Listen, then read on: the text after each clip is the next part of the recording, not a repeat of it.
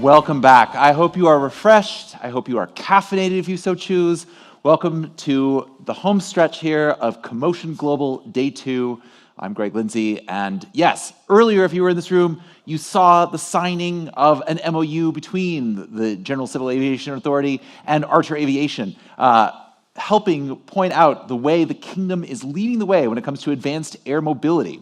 We're going to continue that theme right now with a fantastic panel that's really going to sketch out all of the pieces of the infrastructure system, both on the ground and in the air, to make this a reality. And so it is my delight to welcome up the moderator of this session, Lynda Tran, CEO of Lincoln Room Strategies, and her esteemed panelists. Gentlemen, come on up.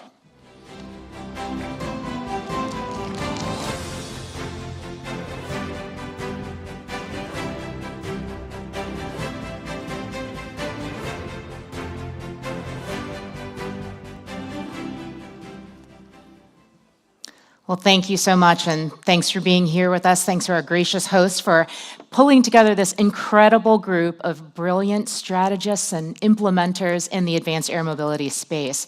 In a minute, I'm going to ask each of these gentlemen to introduce themselves in turn and talk a little bit about what they're excited about, what gets them up in the morning and ready to go to work. But I just want to say part of what's exciting about this discussion right now is that here we are at this incredible moment, and we're seeing this region really be tip of the spear on some of the most exciting and innovative technology in the transportation sphere.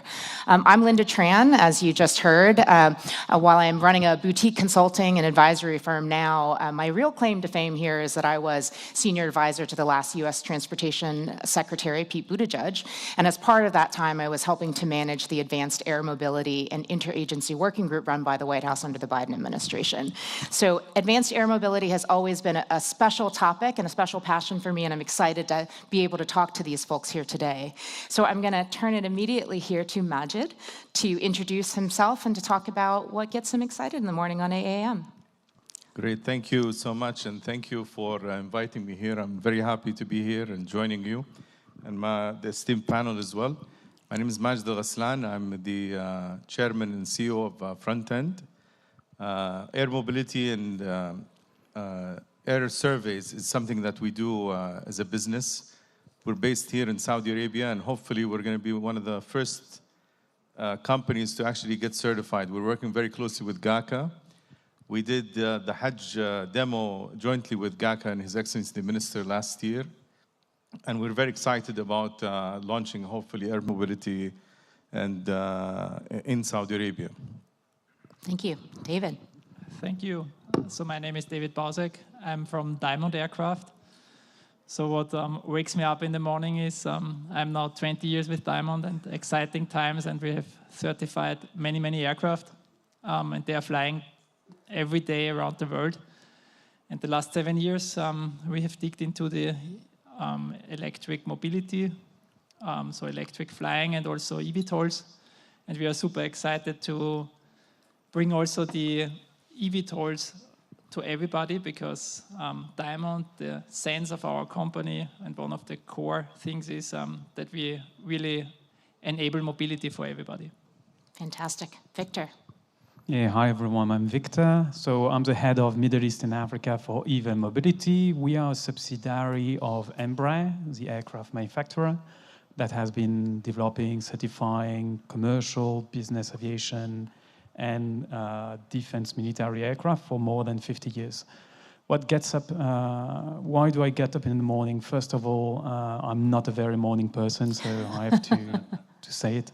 I would say being part of such a crazy project is to make it happen, and how we can have something really happening in the Middle East in the next few years. That's really what gets me in the morning. Thank you. Mark. Good morning, everyone. Or good afternoon, should I say. My name is Mark Trotter from Unified Aviation. We are the developer of a modular heliport system. The first one's installed here at Cuft, and we are working with other partners here in the kingdom and around the region. I think what gets me up in the morning is being part of something that is new, and it's a new transformation of transportation and a new element to what we're doing. And I look forward to being part of that ecosystem and working with all the OEMs and partners. Last but not least, Duncan. Hi, I'm Duncan Walker. I'm the founder and chief exec of Skyports. We build, own, and operate vertiports, heliports for advanced air mobility and traditional helicopters. We own heliports in Europe, the US, and here in the Middle East. We're building out the networks in Dubai, Abu Dhabi, Ras Al Khaimah. We're working up in Neom and other places in the near vicinity. This is the culmination of 8 years' work, and we're just approaching the start line, not the finish line, which is commercial operations. It's taken a really long time, but this is real. It's going to happen. Joby were flying Dubai Air Show a couple of weeks ago every single day, and within 6 months from now, we will have commercial air taxi networks operational, which is super exciting. Well, thank you. And we just talked about what's exciting about what's happening in the industry and in the region.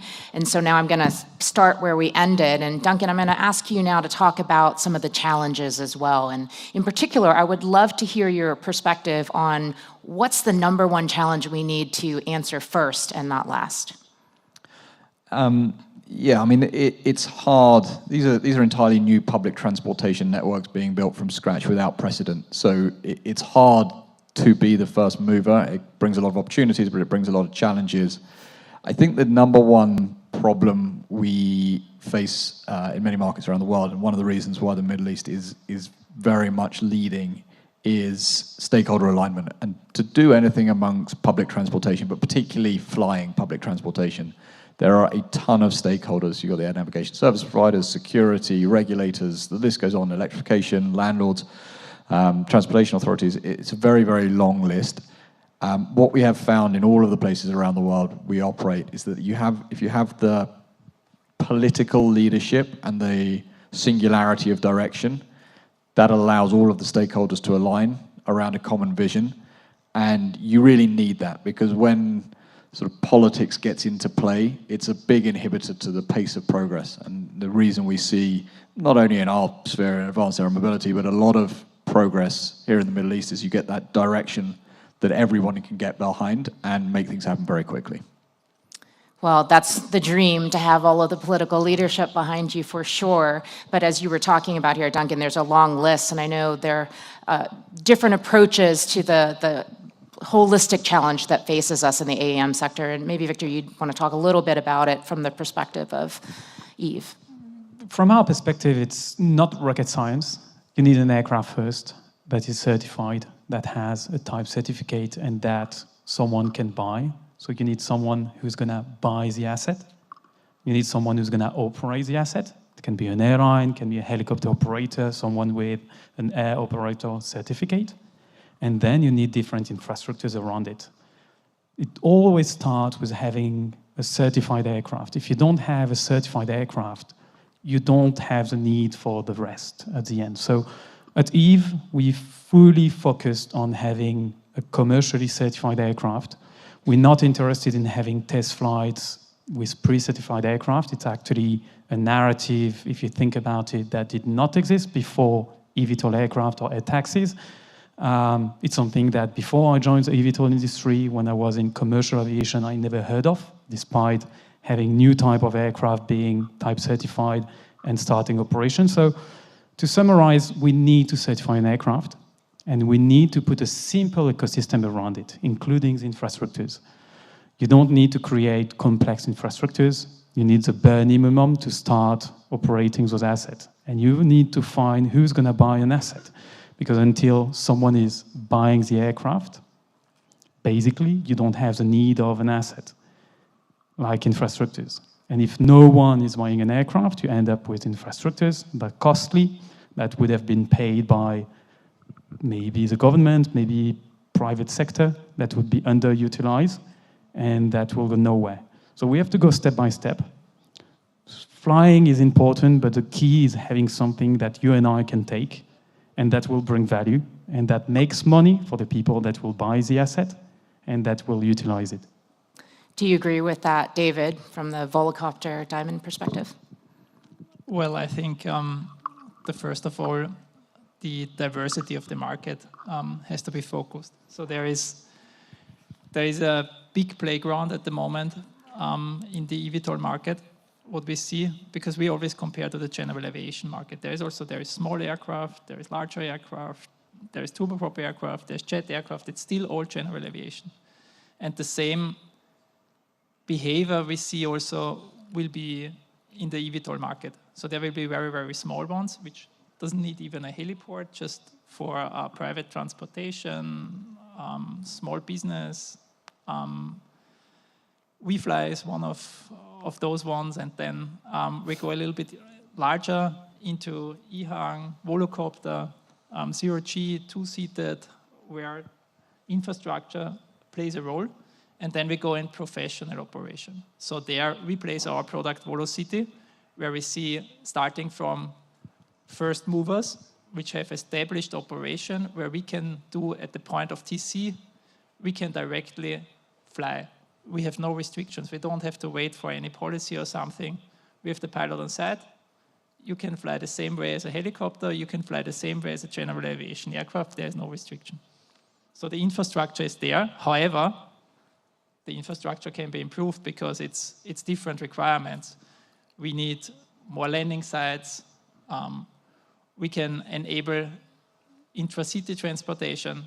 That's an add-on, but we can start now. And then special professional operation, where we also place our products, Volocity, is medical services. So the infrastructure is there. Every hospital has an helipad. So we can start operation now.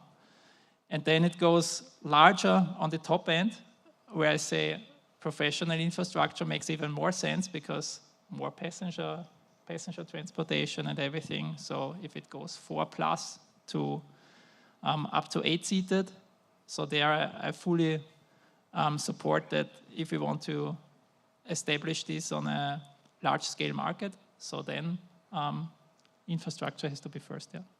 Infrastructure needs to be first. Mark, would you agree with that, given your place in the marketplace?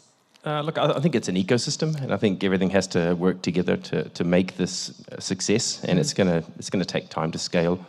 Infrastructure is certainly important, but it depends exactly, as David said, what you're looking at to start with. The focus we've had is on the commercial infrastructure, and the idea is that the passenger journey has to be safe, and that's really, really important. So we have to align ourselves with the airlines in that context, and that the time you arrive at the helipad or the vertiport and the time you go to the other destination, that whole journey has to be 100% guaranteed safety. And the second part of it, I think that's really important, and infrastructure has a part to play, but also the OEMs and the whole ecosystem, again, is that the journey facilitation has to be really good. It has to be fast. It has to be efficient. We have to use technology to make it well, because if it takes you half an hour to check in, and it's a 15-minute journey, then we're wasting our time. So these are all questions that will come together, I think, when you look at the greater picture. But there's certainly going to be some real wins in the smaller startups, the cargo, drones, etc. Absolutely. And Majid, you're approaching this from an entirely different point of view than your colleagues here on the stage. Talk to us a little bit about the digital infrastructure, digital architecture, and what problem would you solve first? Yeah, I think just to comment earlier, just on, I really think this is going to scale very quickly, even though I think many on the panel would love to see it progress a little faster. But I really believe the main issue that we have is going to be the demand side, like satisfying the demand, because, and we saw it with the company we're working with in EHang, where the Chinese government actually started supporting, this company. And the reason why I'm bringing this up, because as soon as governments and urban cities around the world start adopting it, the barrier to entry is going to be so low that many cities around the world are going to go very quickly. And it's not only the passenger side. I think the logistics side, we're seeing it already. We're already running in demonstration or pilots all over the kingdom. I believe the first even commercial logistics is already starting. And today, that requirement for the urban traffic management systems is also very important. So the government here in Saudi, through GACA, is really moving, aggressively in this area, and they're actually now pushing us to move, light speed to get things running. And we saw it I think the adoption of the metro here in Saudi, I think in the early days, people didn't realize that many of the citizens will start using metro. But today, I think we heard some numbers. You're talking about 180 or 150 million already. So I think it's one of the fastest adopted metros probably in the world, and one-shot size development. So I think the same thing will happen with the AAVs and eVTOLs. Infrastructure is very important, but I really believe this adoption is going to happen so fast. So we're hearing a consistent theme here about having government on your side, helping to supercharge the innovation and implementation here. Let's zoom out a little bit and talk more about the infrastructure writ large. And in particular, would love to hear, starting with you, Duncan, your take on which piece is most underestimated as we think about getting the system up and running, whether it's the vertiports or it's the energy or the air traffic control side of things? Yeah, I mean, it's sort of all of the above. I think airspace is often underestimated. You have these ideal situations of wanting to chuck a vertiport, frankly, in the densest part of the city because that's where the congestion is, but it's also where the airspace is most complicated, either because there's existing traffic or because there's lots of high-rise buildings, and helicopters and high-rise buildings don't mix very well. The wind vortices coming off high-rise buildings makes it really funky to fly helicopters around them. Mark will know much more about that than I do. But airspace is definitely one of them. The second is the sheer availability of land. When you're going to land an eVTOL or a helicopter, you need space. You need space around the area, your approach and departure, and you need space on the helideck itself. And that is at a premium. And of course, to solve the problems we're trying to solve, which is urban transportation and congestion, you have to be in the most congested places. The most congested places are the places with the most high-rise buildings. They're the most difficult places to put heliports. So it's kind of this challenging circularity of, to solve the problem, you've got to do the hardest thing first. And we've spent a long time in a lot of cities, and it goes all the way back to my governmental leaning. You've got to have that commitment to really fight through some very challenging problems about where to locate these things. And having a big plan for it, as we heard earlier from Captain Suleiman about what's happening here in this area. Mark, does that jive with you? Does that sound similar to your experience? Yeah, absolutely. I mean, it's. I think the planning, coming back to scaling, like if you want to scale, you have to plan, and it takes time to roll out vertiports. And so, you've got some cities that are looking 2 or 3, 4, 5 years ahead and saying, okay, I'm going to have 12 and then 24, and you've got to do that because it takes not only time to decide where they're going to go, but then also the planning for the land and the location, and then getting them actually built and installed. So absolutely, if a city or a country can come together and actually come up with a plan, that will help a lot. How about you, other gentlemen? Any other thoughts on this area here? Go ahead, Victor. I think it's key to reconciliate master planning, that is a real estate focus, and initial operations, that is going to be the worry of an operator that needs to make money, be it a governmental entity or airline owned by the government or a private entity or private operator. There is only such time that they can run at a loss. It's just business. So you need to make money. So you need to reconcile the master planning of knowing where you're going to plan to put all the vertiports in a massive project, and also where you're going to start and when you're going to have existing demand. That's key to do both at the same time, but I think they should be run in parallel. Otherwise, you might have massive plans, but you might never take off. And if you take off, you might take off, but just for a year.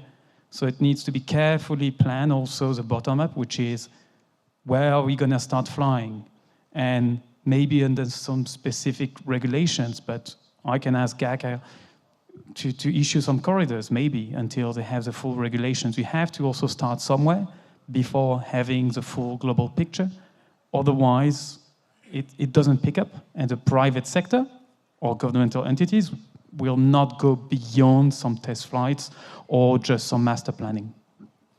Majid, you're nodding your head, and you're having a very particular experience here that's different than other places around the world. Yeah, because I think people don't realize in Saudi, 14% of our land area is actually royal reserves.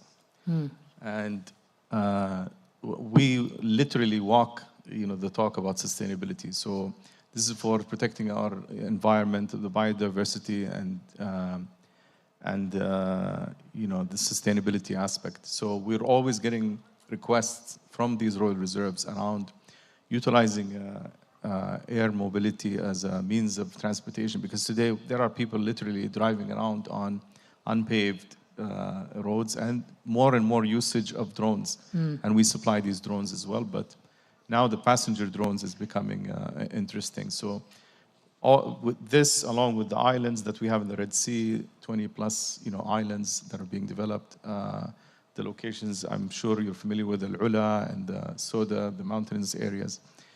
It is important, air mobility is important for the cities and solving traffic, but I think the unique positioning of Saudi and what Saudi has to offer, this is why I'm a believer, and this is part of the reason why I started investing even in this area, because I really believe air mobility is going to take off literally in a very strong way in the country. Right now, I think the regulation side, I think we solved that issue, and really thanks to GACA for moving really light speed in this, and now we're on the path of becoming a certified operator, and we're committing to this. And putting the feet to the fire of the rest of the world, civil aviation organizations, in my own opinion. So all of this is really fascinating to the practitioners and the policy wonks. You want to dig into how do you put this thing together and then execute on it. But I think at the end of the day, we would all agree that the number one question is, how are you going to get consumers? How are you going to get ordinary people and travelers to have the faith in the system, the policies, and trust in the safety of all of it? So what do you all think? We'll just go down the line here, maybe starting on this end with Majid. How do you get people okay with having everything flying over their heads? I was thinking a lot about this, but in Saudi we moved. I have living relatives of mine, including my own father, that tells me when he was young, he went to first pilgrimage on camels. So in a generation, we moved very quickly from being Bedouins riding on camel to now having cars and roads and all of this. So I think we can do the same thing even faster with these air corridors. Amazing. So I definitely think that safety is making the difference there.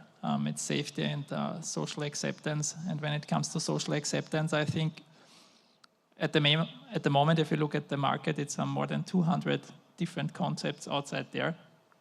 But the time we'll see and the operation will show which concept of those are possible to operate profitable, which are safe, and which also get the social acceptance. And for that, basically, when we come back to what we do, so design of aircraft, it has to be very careful, selected. What are my priorities? What is the initial customer? What is he looking for? And safety, when it comes to flying, is always number one. Absolutely. And this will stay. So that means a concept which solves the safety issue, because everybody is driving car and everybody know there is a difference between a Mercedes and some other class. So, and if you're in the air, there is not much room for failures. So therefore, the concept really should support all the failures with this new technology which can occur. So that means engine failure, software failure, common failures, and you still should have a vehicle which will continue the mission. So, and this kept in mind, I think this will create one of the aspects of social acceptance. I think the noise, what you mentioned, it's also not a big factor anymore, because depending on the design of the vehicle, the downwash and also the noise can be really reduced to a minimum. It's like the noise you're mowing the lawn. It's very similar. And these two aspects, of course, towards the operational and willingness to pay off the people. So if it's a business case, then I think it's really scalable. I have a feeling Victor's going to agree with you on safety, but what else would you add there? Yeah, safety, definitely. That's Yes. why you need a type-certified aircraft, and that's why certification of commercial aircraft is that complicated and that expensive. We usually say it's minimum $1 billion, to certify an aircraft. It's actually usually much more, at least a commercial aircraft. The one that I believe is key to convince, my mom, my parents, It's all my about brothers convincing to- Victor's mom. It's tough, convincing my mom, it's tough. First, she's talking all the time, so it's tough to convince someone who's talking. Now, it's what value do you bring to them? At the end, when we land anywhere in the world, and it's like, should I take an Uber? Should I take the train? Should I take an helicopter ride, if it does exist? It's a bit of a selfish choice. And basically is what's best for me. And what's best for me is different from what's best for someone else. That's why it comes back to the business case. I believe that in eVTOL, initially, the main business case, you have two of them, is maybe because it's fancy. Some people in the early years, in the first 2 years, will take it just because it's fancy. But the main one is really about time saving. And that's why infrastructures, regulators, air traffic control need to be fully aligned, because if you don't get that time saving, then the value you get out of it is zero. So basically, you need to really focus on bringing value to the people who are going to take it. Safety, it's number one, but if it's certified, I don't think it's, especially in the Middle East, I think public acceptance is something that is very true for Europe, is partially true for the US, even if they might have a different view sometimes on that. But I believe US is more forward-looking on new technology. But in the Middle East, I've been coming here for the past 5 years. I think they are very forward-looking on that, so it's not that much about public acceptance. I would say it's much more about what value can you deliver to them. Forward-looking, and also at a scale that, unfortunately, from a US perspective, the US hasn't quite forayed into just yet. Mark, what's your take on this? I'll add safety as well, but I'd say just a systematic safety, so it has to be industry-led, and I think that's the difference. You're introducing a whole new mode of transport, and I think the industry has to take responsibility for that, and has to, all elements or parts of that ecosystem have to push and really ensure that we're following most likely the airline model from a safety perspective. The second point I would make is just education. I think we need to probably do a bit better as an industry in educating what the difference is between this and a helicopter. And that's a big part of it as well. And I know I've flown lots of passengers in helicopters, and people, most 99% love it. There's only a few that don't, and this is the same experience. So you're going vertical aviation, and it's going to be a great experience, but we need to educate what the difference is and how much safer it is. And also quieter in many cases. Duncan.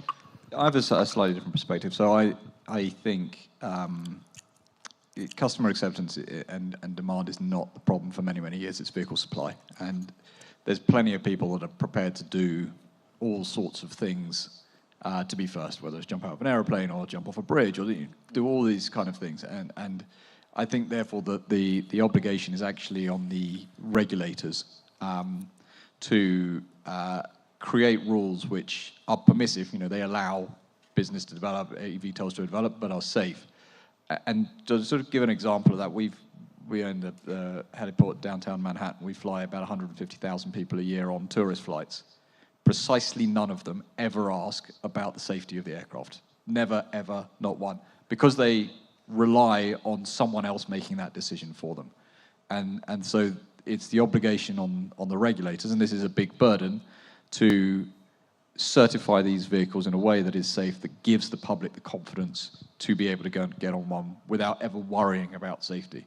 All of us travel on aircraft all the time. How often do we get on and go, I wonder if this has been through its stage B or stage C service in the last 12 months? You Never. don't. You never ever do, because you have the reliance on the systems and the processes and the regulators to put that in place. And I think if we can get that right, and like I said, it's a very big burden on the regulators because we're asking them to certify something that's never been certified before. But if we get that right and start producing volume and start flying millions of flight hours, then I think it just becomes de facto accepted by the public, as it did with aviation in the 1930s and 1940s. Absolutely. And look, there are obviously a lot of major challenges for us to work through as an industry and as a sector, and lots of reasons to be very excited about what's happening here in particular, but what's happening all around the world, as you've just heard.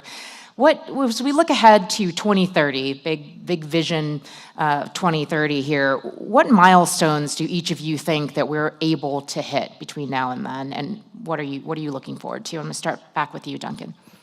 Yeah, 2030 is what's three or 4 years away. We will have the first networks of advanced air mobility here in the Middle East, but I think probably a couple of other places around the world, maybe South Korea, hopefully the US, maybe Japan. They're the kind of places that are really leading this. I hope we'll have 3, 4, or 5 vehicles certified. Goes by the previous point, gives everyone the confidence. And then it's about production scale up. The challenge turns from certification to production, and it's another very big challenge. I hope that we will have multiple proof points around the world of the benefit that this can bring, and therefore substantial demands from governments, transportation authorities, and the public to implement this in multiple cities. Great, Mark? I'll just add on from that, I guess. I think I would hope that we have an industry that's starting to settle down and starting to become stable into stable growth patterns. It might be accelerated, we'll see, but hopefully it's growing at a good rate and a positive rate, and hopefully we've got a great safety record. And I would also see some real movement on automation, probably not necessarily in the passenger side, but definitely in the cargo operations. Definitely another leap in terms of consumer acceptance. What do you think, Victor? I would say having 1 or 2 certified aircraft from key OEMs, that's number one, and then having some initial commercial operations where companies can make money out of it. David? And just an add-on, I still see the big challenge is still everybody's talking just the electric. Yeah, I think we should look if it say 2030, we should look a little bit beyond that, because range matters, and to get more range, there's multiple possibilities, starting from sustainable aviation fuel over hydrogen. So I definitely see that one of the add-on milestones there, I would definitely see to look also in other technologies from terms of propulsion and from energy storage, which are beyond the battery technology, to make it even safer and give more possibilities to the users. We'll close out with your milestone, Majid. I'll talk about Saudi a little bit, but 2030, I can, and this is recorded, so you can check it by then. We're going to come back and make sure. You will be flying to CAFT in a eVTOL here, and there's going to be a network. Things are running, and we're going to be part of shaping that. And I'd love to end on that note. Please join me in thanking our panelists for their time today.